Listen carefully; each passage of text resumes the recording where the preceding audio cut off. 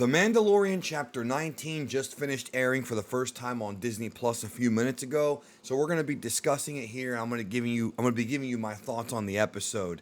If you remember, the previous episode, Din Djarin went back to Mandalore to bathe in the waters, and he winds up getting in some trouble, and he gets saved by Bo Katan, and it kind of ended in a bit of a cliffhanger, which is good. That's how these shows should go, going into this episode. Chapter 19 was a little under an hour or so. I remember hearing, like, during the week they were going to make it a bit longer, and it felt very, very cinematic. It's probably the most cinematic episode we've had of Mandalorian in quite some time. Like, you could have put this thing in a movie theater, yo, and it would have fit right in. And I think they did. I could have sworn I remember hearing that season one of Mandalorian did air, like, in some limited screenings in some movie theaters. It was shown in some limited screenings. But this type of quality television, like with these kinds of effects and this kind of editing, is like perfect for movie theaters. You know what I mean? Or home theaters at the very least. The whole thing is about redemption. This whole thing's about redemption, and he is redeemed, and Bo Katan witnessed it. He is a Mandalorian again. You know, I really thought that a bigger chunk of this season would be focused on him, you know, becoming redeemed and having it be this whole like season long story. But here we are, episode 3 of season 3, and he's already done it. What else could happen? You know, and that's what I think is most interesting now, is that I genuinely do not know where this is going. I haven't read any leaks or rumored leaks about where they're going with this, and that's exciting to me. Like, that's exciting because we don't know. We really don't know. And so that's it. Mission accomplished. So Bo-Katan takes Mando and her ship to go back to their planet, and they get attacked by TIE interceptors, obviously from the Imperial Remnant. So, you know, that whole thing, that whole storyline has not, well, I mean, it won't get resolved because we know the Empire becomes the First Order, so, or what's left of it. So I am interested in what they're going to do in Mandalorian as far as how they're going to transition over to that, because even though I do not like the sequel trilogy at all, I really don't, dude. I still am curious if they're going to show us more of the First Order and sort of the things that we had heard about all these years, especially with the Grand Moffs and, you know, Gideon and all that. You know, I do, like, I want to see where they're going with that, you know, as the series progresses, if we see that. So Mando makes it to the N1, the Naboo ship, and now we have, really for the first time in, I mean, this could be the first time ever in Star Wars that I can think of in the modern era, we have Naboo starfighters versus TIE fighters. Remember, they didn't really exist. Like, there was some crossover, but when it comes to the movies, we didn't really see this because the Naboo fighters were mostly featured in the first, you know, in episode 1 of Phantom Menace. So, we never really saw them against, like, the more modern TIE interceptors or TIE fighters. So it's kind of a cool visual. You know, I've always liked the differences in genres, or not genres, in generations as far as the ships go. So it's kind of cool to see that. So they were able to dispatch the TIE interceptors together, but then, lo and behold, we got TIE bombers attacking the location where Bo-Katan was at, like her home. So Bo-Katan is pissed. So she starts to chase after the bombers, and then lo and behold, on the radar, like dozens of freaking TIE interceptors show up. So the Imperial Remnant is there.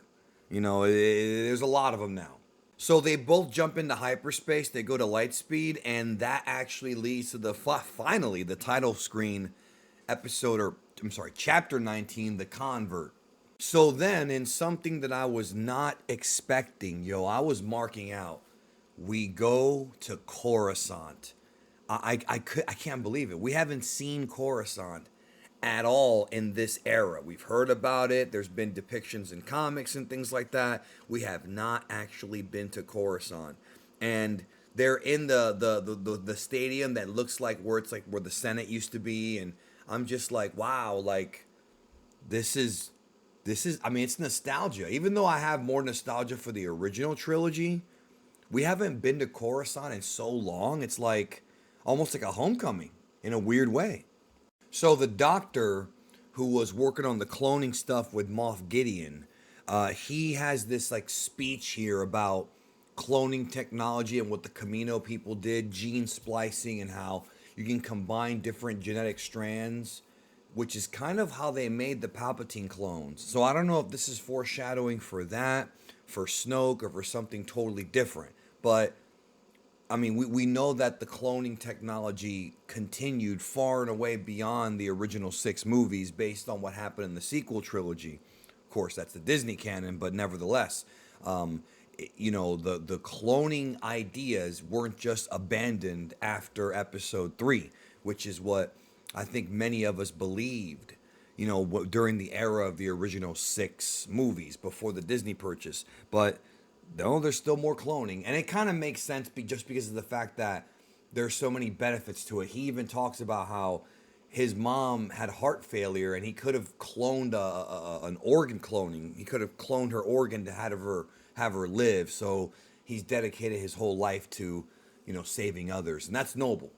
There was a cool scene here where they're in the courtyard and they're like eating like, I don't know, Coruscant ice cream or something. I don't know what the hell it is.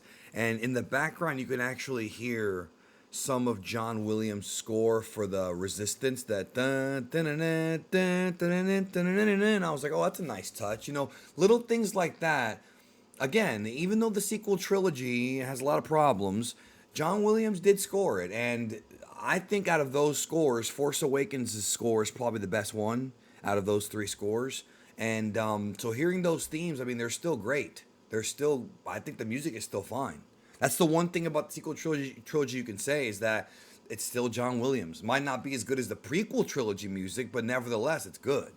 It's John Williams, dude. I mean, he's getting up there, and we're going to have a few more songs left, or a few more themes left from him before he, passes on to the next life. You know what I'm saying? At one point, and I think this is the story that they're going with here, he wants to continue his research into the cloning, but that's prohibited on Coruscant by the New Republic. So probably because they know the dangers of, the Clone Wars was a thing. So I feel like it's going to turn into a, him trying to, like, I think he really wants to continue it, but he's under the constrictions of the New Republic. I do want to say that I really enjoyed how much we stayed here on Coruscant. They didn't just jump back to Mando and Bo and other characters. I like how they gave us a chance to let Coruscant breathe, and we got to see it. And, it's the same city, not exactly the same as it was in Revenge of the Sith, but, I like that the show sort of slowed down. If you're doing this as a movie, it wouldn't quite work. But for a TV show, you can slow down and let scenes breathe, and we can explore, and that's always fun. And I like how the internal conflict here makes sense. The New Republic is almost dogmatic in the fact that they're trying to decommission Imperial weaponry and ideas and concepts, which I guess could seem unethical to some, but he's over here like, yeah, but this technology can be repurposed for good use. Which is true. I mean, it makes logical sense. Even in the real world, you have a lot of big militaries giving some of their older equipment to smaller countries. Now, in this case, not quite the same thing, but, when World War II happened, the Allied powers took a lot of scientists and weapons from the Nazis, and that developed new technology. This is how it is. It's how it is in the real world. And he's over here like, why are we getting rid of this stuff when it could be used? It's not that he wants to be evil. It's that he, as a scientist, it makes sense. Like, why would you get rid of this stuff? Why would you, like, if I was the New Republic and I had a bunch of like TIE fighters and warships, you can use those. You can rebuild them. You can break them down for parts. That there's things that can be done. So this like internal conflict leads into a mission to go get this mobile lab, so he can keep working on his his projects or whatever. But he's gonna do it privately, which can get him in trouble. But again, even though this episode is mostly centered around a character that's not the Mandalorian or even Bo, it's still interesting. It's no different than how Book of Boba Fett transitioned over to Luke and Grogu and then Mando. Like, you can do things like this on television, but they're obviously building to something, right? They have this little subplot where they're on the on this train trying to like avoid the the patrol droids. It's funny because so much of Star Wars, going back like to even the old movies, so much of Star Wars involves characters sneaking around. Like, even in Rogue One and stuff like that, like you always have some character dressing up like somebody who they're not to sneak around. And here we go again. It's like a theme that it's like poetry. They rhyme, that gimmick. So it turns out after all this, their objective, their goal, they're going to a Star Destroyer. Awesome. They start to sneak around the decommissioned Star Destroyer with all the lights off. It sort of reminded me of like those scenes in Force Awakens with Rey rummaging through the Star Destroyer on Jakku. Bit different though, and they finally do their mutual introduction. They don't really specify here that there's been a big time skip since season 2. I talked about this on a previous review, I think, but when it comes to Mandalorian, Grogu was with Luke for 2 years, according to what this article online said.